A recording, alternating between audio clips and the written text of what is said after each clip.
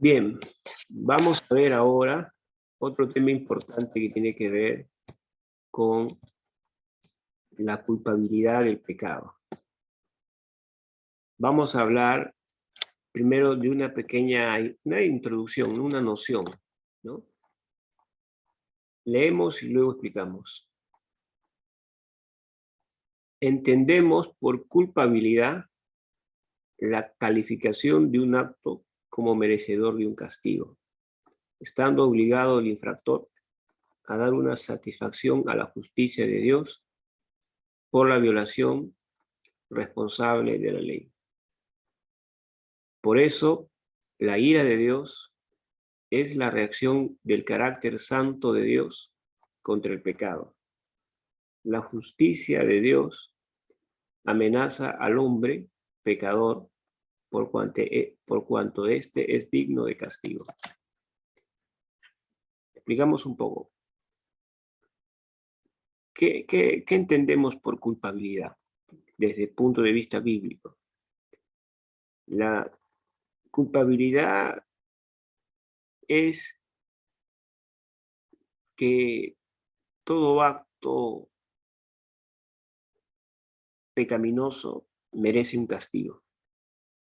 Es decir, aquel que infraccionó, violó la ley de Dios, le debe dar a Dios una satisfacción, es decir, le tiene una deuda a Dios, porque él, siendo responsable de sus actos, o sea, responsable es decir, que responde por sus actos, ha violado la ley de Dios, ¿no?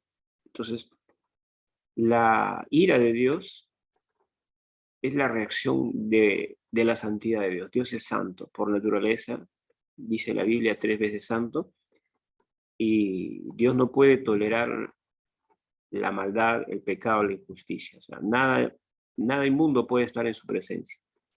Entonces, la santidad de Dios demanda juicio, castigo contra el pecado. Por eso la Biblia dice que Dios es el juez de toda la tierra, ¿no? Que delante de él, dice, ¿no? Todos darán cuenta, dice Dios, ¿no? Entonces, más o menos eso nos da una idea el tema de la culpabilidad, ¿no? La culpabilidad es calificar a un acto como merecedor de castigo, ¿no? Se entiende que es un acto maligno, ¿no? O sea, todo acto maligno nos hace deudores de un castigo. O sea, toda persona que hace lo malo, automáticamente la ira de Dios se manifiesta, porque Dios es justo y no tolera la injusticia. Ahora vamos a ver la relación que hay entre la obligación de culpa con la obligación de la pena. ¿Qué relación hay de la obligación de culpa? Es decir, lo que la culpa me obliga con lo que me obliga a la pena. Cuando hablo de pena me refiero a penalidad, ¿no? A castigo, ¿no? Vamos a leer y luego explicamos. Así pues, siendo la culpa en sí misma una intrínseca disconformidad del acto pecaminoso con la ley moral, por constituir una infracción de la misma, el deber de pena es la obligación de satisfacer a la justicia divina por la violación de la ley. O sea que hay un rechazo mutuo. El acto pecaminoso va en contra de la ley moral de Dios. Entonces, ese acto se convierte en una infracción. Y esa infracción, ¿no? Merece una pena, una penalidad, una sanción, un castigo, ¿no? Entonces, cada vez que hay un acto pecaminoso que va contra la ley de Dios, ese acto se constituye en una infracción y por lo mismo esa infracción requiere de una sanción, de un castigo, de una pena, ¿no? Es como, por ejemplo, nosotros tenemos, bueno, todas las naciones tienen sus leyes. Y toda ley, para que sea ley, necesariamente requiere de una sanción cuando se incumple la ley. Si una ley no tiene una sanción de por medio, Entonces, no tendría sentido que se llame ley, ¿no? Por ejemplo, tenemos nosotros la ley de la luz roja en los semáforos. Cuando un carro ve una luz roja, la ley le ordena que se detenga. Y si no se detiene, ¿qué sucede? Cae en una infracción y él automáticamente tiene una pena que tiene que recibir. Pena como sinónimo de sanción, como sinónimo de castigo, de multa, ¿no? O de penalidad, ¿no? Igualito, cuando vamos a la universidad y queremos postular para un examen de admisión, todos los alumnos deben cumplir las reglas, los estudiantes, ¿no? Y si un estudiante incumple las reglas, la ley establecida y plagia, como se ha visto en las noticias, entonces, ¿qué ha hecho? Ha cometido una infracción, ¿no? Una infracción, ¿cuál? De la ley establecida. Y por lo mismo, merece una sanción, ¿no? ¿No? Igualito, cuando una persona roba, ¿no? Un celular, ¿no? A otra persona y lo atrapan, este, simplemente no dicen, bueno, perdóname, toma, te devuelvo tu equipo, tu celular, ¿no? Y ahí queda todo, no. Así devuelva, ya incurrió en un delito. Ya ese acto se convirtió en una infracción y por lo tanto ese acto acarrea una penalidad, una sanción, un castigo, ¿no? Entonces, imagínense, si eso se da en el plano natural, imagínense en el plano espiritual, ¿no? Todo acto que va contra la ley moral de Dios es una infracción. Y por lo mismo, tiene el deber, una obligación, ¿no? De satisfacer la justicia divina. O sea, la justicia de Dios exige que ese acto sea castigado. No se puede pasar por alto. Vamos a seguir leyendo. El acto culpable es imborrable e intransferible, puesto que se trata de algo existencialmente personal. En cambio, la obligación de dar una satisfacción a la justicia divina puede quedar cancelada si la deuda es satisfecha en forma que el carácter santo de Dios quede vindicado y la injuria inferida quede compensada por una reparación digna. Vamos a poner otro ejemplo. Cuando una, un político, vamos a suponer, un político es señalado como culpable de algo en un canal de televisión por un periodista X, y luego se descubre que la información era falsa y que el periodista se equivocó. Pero él ya incurrió en una falta, porque hizo una difamación contra el político X, ¿no? Entonces, el político exige una reparación, ¿no? Y esa reparación o esa deuda puede ser no solamente una deuda material, sino una deuda así moral, en el sentido de que le exige a ese canal de televisión que extienda las disculpas públicas, porque su dignidad ha sido manchada, ¿no?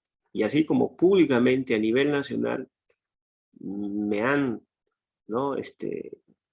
Señalado de esto o aquello, ahora exijo que se me pueda devolver, ¿no? Esa imagen, ¿no? Y se me tiene que dar una retribución, por decirlo así, ¿no? Y eso se llama como pagar una deuda, ¿no? La deuda de que han manchado su imagen, ¿no? Entonces, por eso muchos programas periodísticos tienen que públicamente disculparse, ¿no? Algunos no lo hacen, ¿no? Pero bueno. Eso también lo podemos ver en el tema de la, de un problema, por ejemplo, de tránsito. Una persona está manejando su automóvil y de repente eh, está en un accidente automovilístico. Y por más que esa persona no fue el que originó el accidente, ya cuando se produjo el accidente, tanto el afectado como el que afectó al otro pasan por el dosaje etílico, ¿sí? Porque así lo manda la ley. Y vamos a suponer que uno de ellos, el que ha sido víctima, justo no llevó sus documentos, su brevet. Entonces, a pesar de que él es víctima, por el hecho de no llevar su brevet, ya incurrió en una culpa. Entonces se lo llevan y de acuerdo a la ley, cuando uno maneja sin brevet, creo que, bueno, no estoy al tanto, es una multa y hasta te pueden quitar el brevet y puedes quedarte preso, ¿no? Al menos 24 horas, a menos que tú pagues una reparación al Estado, ¿no? Si tienes dinero, pagas, ¿no? Una, una multa y cancelas esa deuda contra el Estado por daños y perjuicios y puedes salir libre, pues. Sales libre porque pagaste la pena, pero no necesariamente se ha resuelto el caso, porque todavía se va a investigar. Entonces, es así con el tema espiritual, algo parecido, ¿no? Cuando una persona, cuando un pecador ha cometido infracción de la ley de Dios, él tiene una deuda. Ahora, si esa deuda es cancelada, entonces la justicia de Dios queda satisfecha. ¿Y, y qué dice la Escritura? Que el alma que pecare, esa morirá. Entonces, cuando la justicia, como sinónimo de rectitud de Dios, la justicia de Dios ha sido quebrantada, violentada, la justicia de Dios exige sanción. ¿Y cuál es la sanción por la pena, por el delito? Es la vida misma. O sea, el infractor debe pagar con su propia vida, hablando en los términos espirituales. En cambio, en lo terrenal, un infractor puede pagar con dinero, ¿sí? O puede pagar con una disculpa.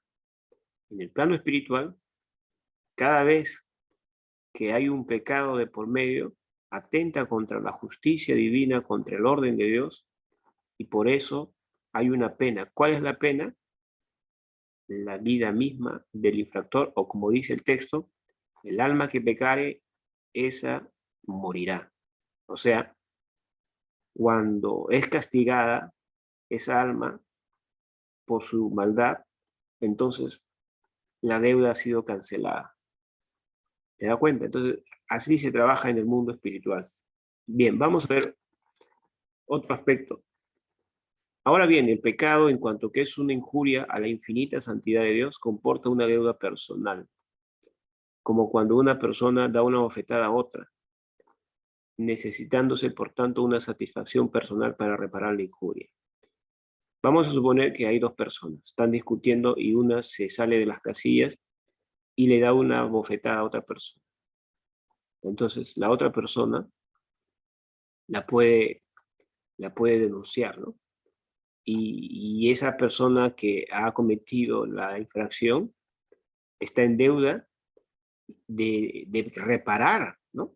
Reparar, ¿no? A la persona que ha sido afectada. Ahora, la persona que ha sido afectada puede que acepte una disculpa o puede que no acepte la disculpa y simplemente siga la denuncia, ¿no? Entonces, pero siempre, cada vez que hay una infracción, siempre hay una deuda que se adquiere. En este caso, cuando hay un pecado, adquirimos una deuda con Dios, ¿no? Que es el Dios santo, el Dios justo. Ahora, vamos a seguir leyendo. En tal caso, la injuria, la consiguiente obligación de repararla mediante una satisfacción equitativa, es tanto mayor cuanto más noble es la persona injuriada, puesto que siendo la violación de un derecho ajeno, es este el que señala la medida de la gravedad de la injuria. Vamos a explicar esto. Vamos a volver al caso de dos personas. Hay dos mujeres que están discutiendo y de pronto una pierde los papeles y le da una bofetada fuerte a la otra. Entonces la otra persona, si estamos en un país civilizado, donde hay leyes, la puede denunciar. Y la otra persona ha cometido un delito y por ese delito puede irse presa. Entonces, esa mujer que abofeteó a la otra señora incurrió en una infracción y a su vez en una deuda contra la señora a quien la abofeteó. Como le dije, la deuda, dependiendo de la mujer afectada, puede ser pagada ya sea con una disculpa o ya sea, puede ser pagada de pronto haciéndose cargo de los gastos, ¿no? De la medicina. O por último, la mujer que ha sido agredida no quiere ninguna disculpa ni quiere dinero para su medicina, simplemente quiere que la otra mujer pague siendo llevada a la cárcel, ¿no? Entonces, se da cuenta que cada vez que hay un ataque al otro, uno incurre en deuda. Pero vamos a suponer el mismo caso, que hay dos personas, ¿no? Vamos a cambiar ahora, en vez de mujeres, hombres.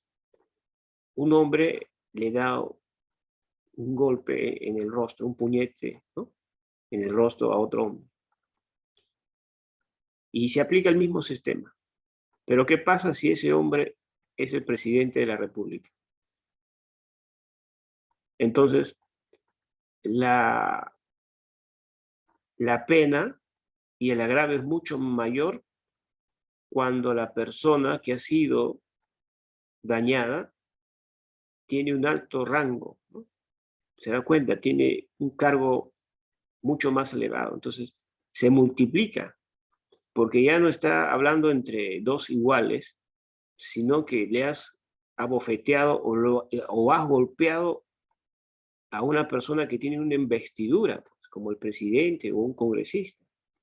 Entonces, por más que tengas toda la razón, ¿no? y todas las ganas, o sea, violaste la ley y te puedes ir preso. ¿Por qué? Porque te metiste con una autoridad. Entonces, ahora imagínese el caso espiritual. Cuando la injuria, o sea, cuando la ofensa, injuria como sinónimo de ofensa, es cometida contra el creador del universo. Cuando la injuria es cometida no contra un rey, no contra un presidente, no contra una gran autoridad, es contra el más grande de los grandes.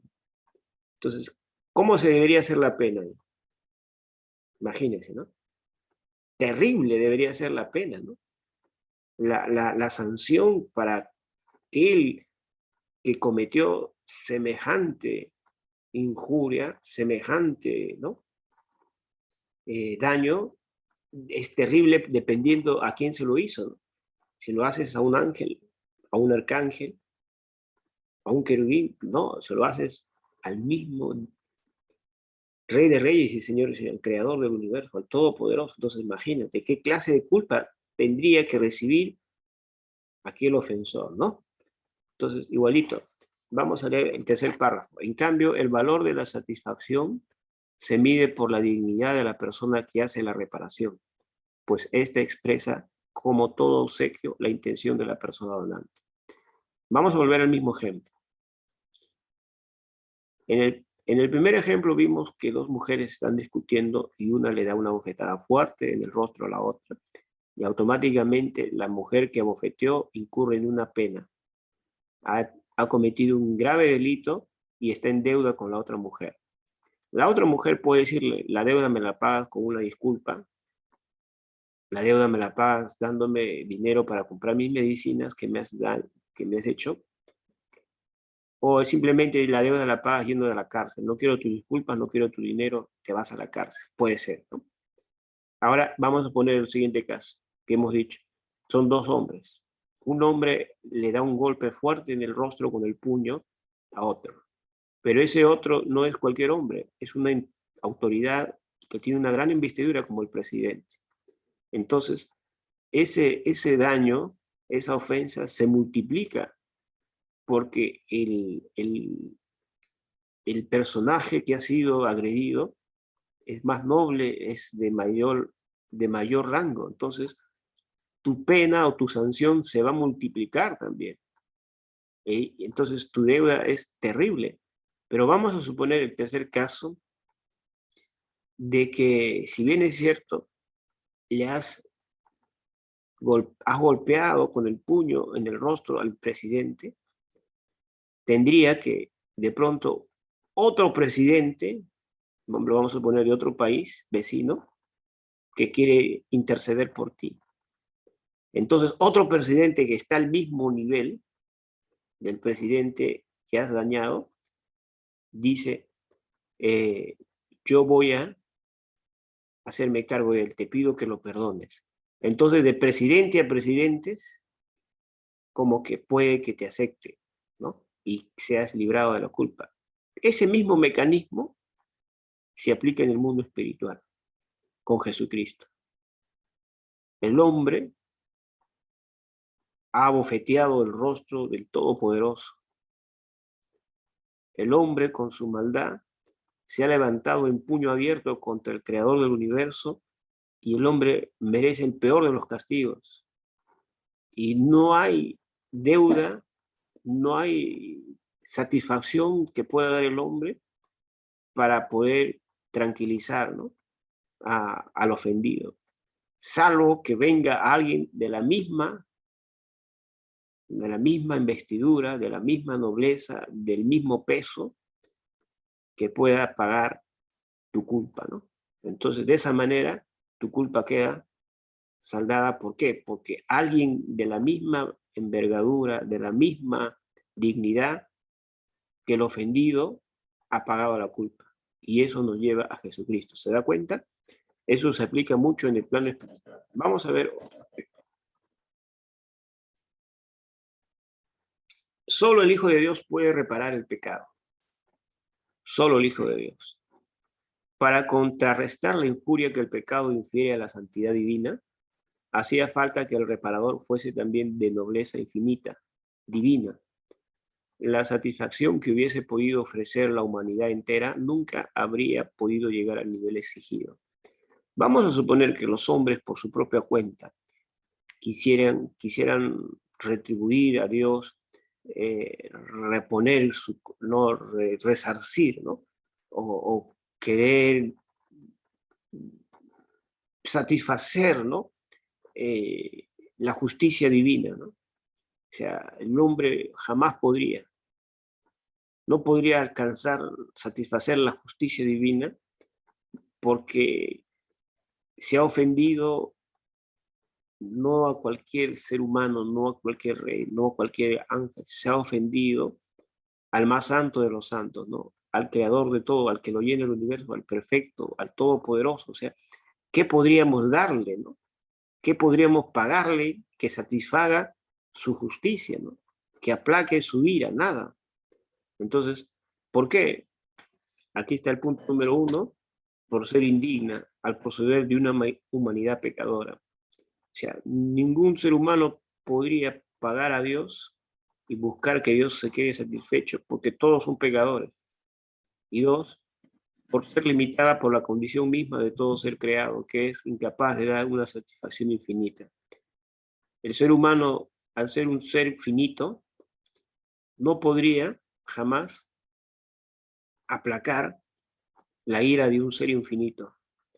No podría cubrir la satisfacción de un ser finito como nosotros. Entonces, por eso es imposible que la humanidad sola pueda alcanzar, ¿no?, el perdón, ¿no? Por eso nuestro sustituto tenía que ser el Hijo de Dios, hecho hombre. Solo un hombre podía hacerse solidario de nuestra responsabilidad, entrando a formar parte de nuestra raza y asumiendo sobre sí la obligación de satisfacer por nosotros y en nuestro lugar a la justicia de Dios violada por el pecado. Por eso era necesario que el Verbo, la segunda persona de la Trinidad, venga y se haga hombre para que sea nuestro representante. Por eso Jesús fue 100% hombre y 100% Dios. O sea, Él se hizo como nosotros. Por eso se le dice el segundo Adán, el postrer Adán, ¿no?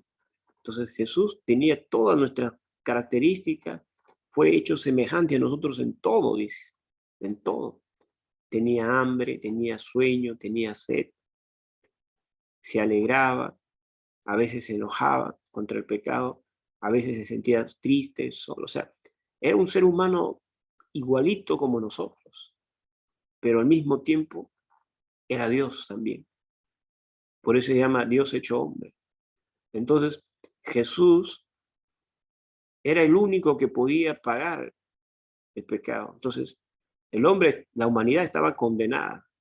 La justicia de Dios tenía que emitir juicio, porque si Dios no emitía juicio, Dios ya no sería el justo, porque la misma ley dice que el pecado merece pena, sanción.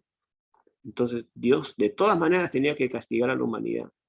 Y Jesús vino, tomó humanidad y de esa manera, al dar su vida, estaba, como dice, representando a la humanidad, pagando la deuda de los hombres, pero al mismo tiempo fue aceptable a los ojos de Dios, porque esa sangre no era sangre común y corriente, ¿no? La sangre del Hijo de Dios, como su nombre dice, era sangre divina, sangre de la misma esencia del Padre, pues. Entonces, como que de igual a igual, por decirlo así, ¿no? El Padre está enojado, el Padre está indignado por la maldad de los seres humanos, y no hay nada que el ser humano pueda ofrecerle a Dios para satisfacer, ¿no? La, la justicia divina.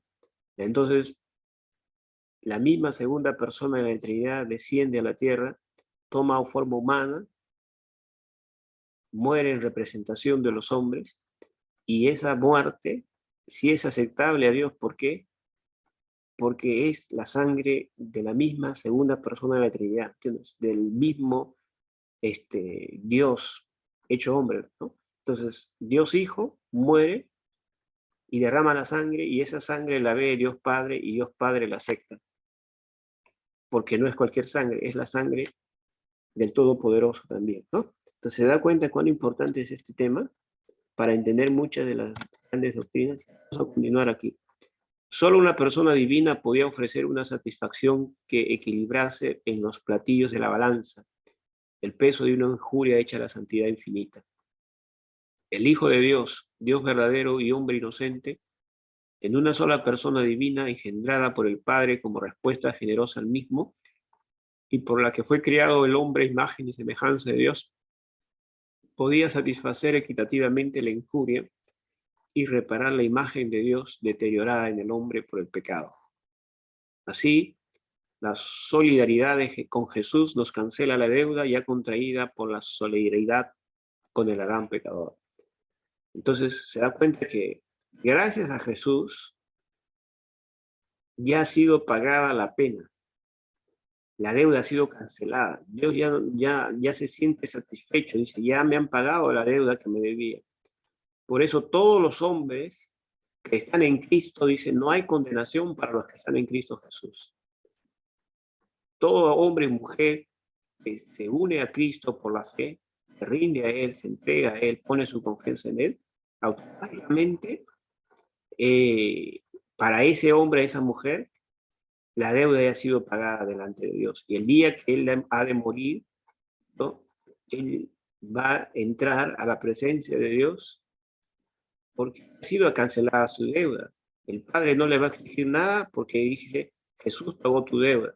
Pero ¿qué pasa con todos aquellos hombres y mujeres que no están en Cristo? Es decir, que rechazan a Cristo. Ellos todavía siguen en sus pecados.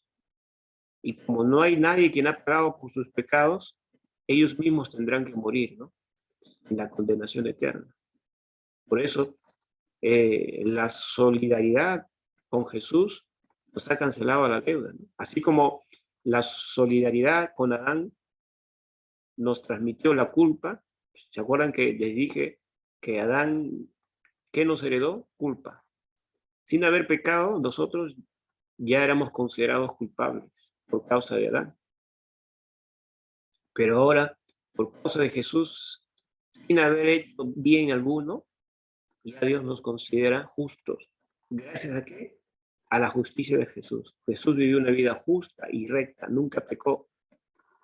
La justicia los coloca a nuestro saldo, en nuestra cuenta espiritual, ¿no? Es como a nuestro favor. Tú tienes, alguna vez has tenido una cuenta en el banco. A veces la cuenta en el banco puede estar ahí vacía, sin dinero. Imagínate que un día vas al banco y tu cuenta tiene millones de dólares. Te sorprendes, ¿pero quién me ha depositado tanto? Y el banco dice, no sé, solo sé que tú tenías una deuda que no pagabas y ya alguien te la pagó y te ha depositado un dinero para que vivas feliz todo el resto de tus vidas. Entonces tú te sentirías con esa persona, ¿no? ¿Quién ha sido el que me ha depositado? No, es un millonario de otro país. Entonces tú estarías eternamente agradecido, ¿no? Entonces en el mundo espiritual es algo así. Nosotros teníamos en nuestra cuenta bancaria del cielo nada, teníamos deuda, estamos en rojo. Jesús al morir, toda su justicia, su rectitud, dijo el Señor Padre, mi justicia la cargas a nombre de tal persona. Cuando tú lo mires a él o a ella, es como que si me estás mirando a mí. Entonces, por eso dice que somos justificados en Cristo Jesús. Tenemos paz para con Dios por medio de Jesucristo, ¿no? Eso es lo maravilloso de ser cristiano, ¿no? Que Él nos ha colocado su justicia a nuestro saldo, a nuestro favor. Y el Padre nos considera justos, no porque seamos justos en la práctica. De pronto todavía tenemos muchos errores y falencias, pero por causa de Jesús, el Padre nos mira como justos. Ya vamos terminando. ¿Cuáles son las condiciones requeridas para la culpabilidad? Solo se puede ser culpable de un acto en el que se ha tomado parte. Por tanto, uno no debe ser castigado sin haber participado en la transgresión. Esto tiene su excepción en la condenación de nuestro sustituto Jesucristo. La Biblia nos enseña claramente que Jesús, siendo inocente en cuanto a la obligación de culpa, se hizo responsable por nosotros en cuanto a la obligación de pena.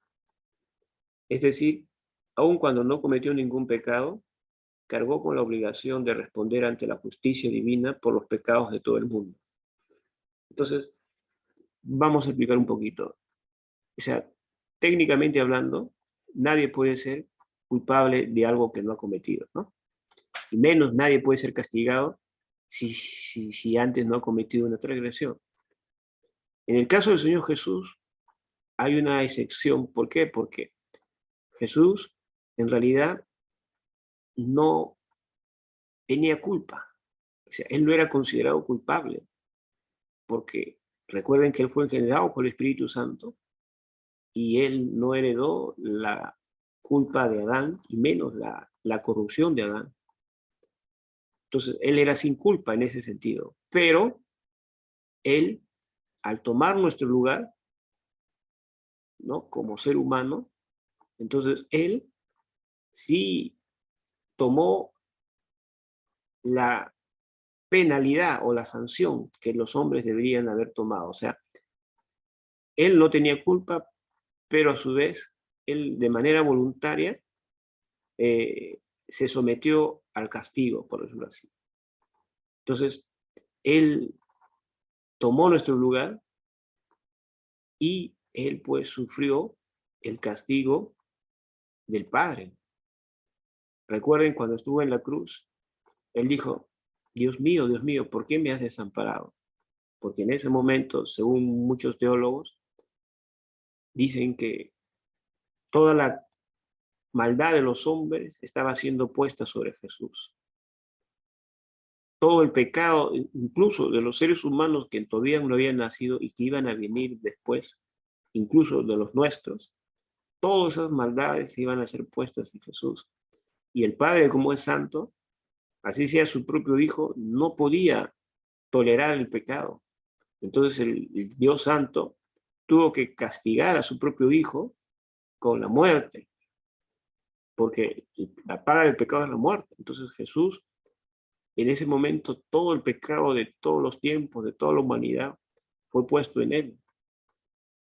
Él cargó y la pena vino sobre él y luego Jesús pudo decir, consumado es, dijo, consumado es, terminado es. O sea, Dios aceptó aceptó el pago que Jesús hizo, ¿no? El pago y la satisfacción divina de la justicia divina fue pues concretada, ¿no? Entonces, eso es lo que ocurrió ese día en el Calvario.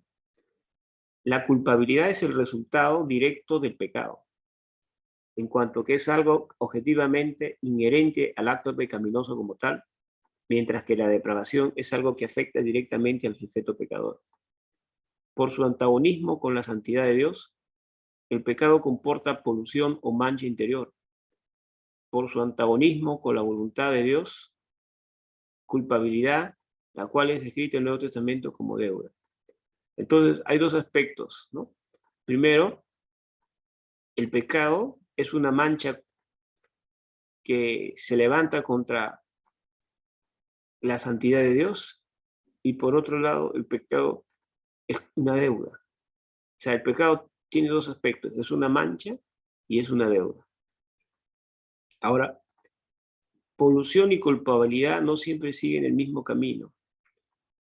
El pecador puede ver descargada su culpa por la misericordia de Dios, reteniendo la depravación, mientras que Jesucristo pudo cargar la culpabilidad en cuanto que ésta comporta la obligación de sufrir la pena sin alcanzarle la depravación al que no conoció pecado. O sea que significa que Jesús prácticamente fue hecho culpable, por decirlo así, ¿no? Culpable por causa de los demás, aunque él jamás tuvo una naturaleza pecaminosa, o sea, no tuvo una depravación en su naturaleza, ¿no? Por eso dice el texto, al que no conoció pecado. Entonces, eso también es otro aspecto importante que debemos tener presente. Y por último, tampoco debe confundirse la culpabilidad con la conciencia de pecado, puesto que la culpabilidad dice relación a Dios, mientras que la conciencia supone una reflexión sobre sí mismo.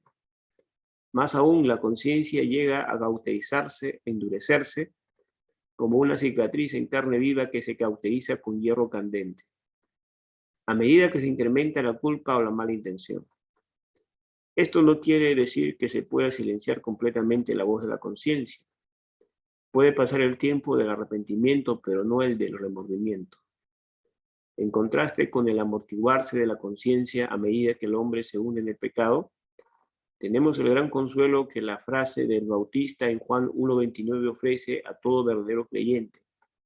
Pues el que ha sido perdonado por la misericordia de Dios mediante la obra de Jesús en el Calvario, puede tener una conciencia muy viva de la gran seguridad de que su pecado ha sido quitado.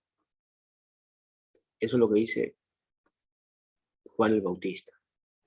Entonces, aquí cuando hablamos de conciencia y culpabilidad, ¿qué significa? Hay gente mala, hay hombres malvados que no tienen conciencia de su pecado, que es más, ellos lo hacen y no sienten culpa.